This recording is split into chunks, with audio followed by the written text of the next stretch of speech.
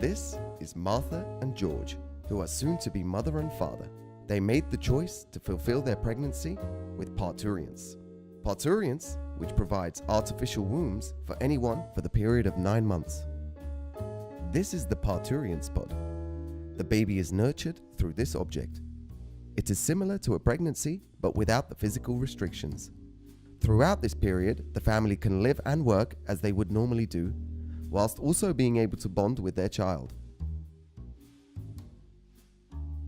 George Aylward, 29, is a journalist who is engaged with several interesting projects, due 2051.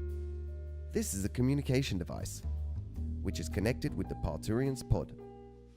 The device can record desired moments of the daily life of the family.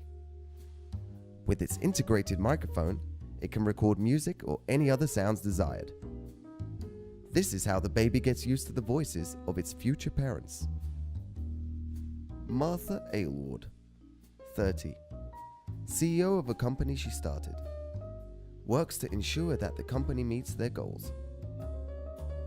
It is almost time to go home. This is a portable communication device used when not at home. In between her meetings and lunch breaks, she can communicate with the baby. By simply switching it on, you can feel the baby kicking and moving. Carefully touching and rocking the device will send movements to the pod, which the baby can also feel. George is setting the table for dinner. There's Martha, home from work. George has chosen a wine to go with their dinner, and that's alright because Martha isn't carrying a child. Martha is cutting some ingredients for a special recipe that will set the preference of taste for their future child.